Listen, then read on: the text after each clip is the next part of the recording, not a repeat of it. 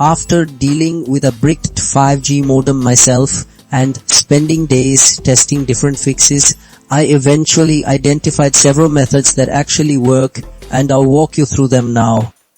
This video will show you how to finally fix bricked 5G modem failed error after installing Ubuntu. First, checking your hardware connections and power cycling is crucial. This often resolves minor electrical glitches or loose contacts that prevent the modem from initializing correctly, giving it a fresh start.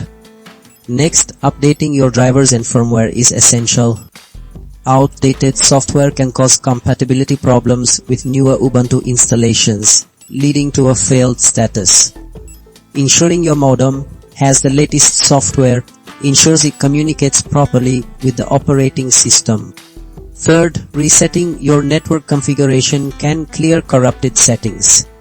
Sometimes the Ubuntu installation process creates bad network profiles, and a fresh configuration allows the system to properly detect and use your 5G modem.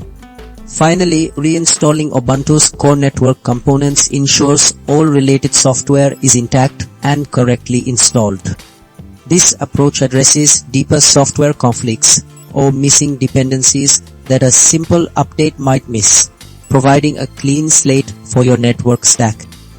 These methods tackle the most common reasons your modem might fail, helping you get back online quickly.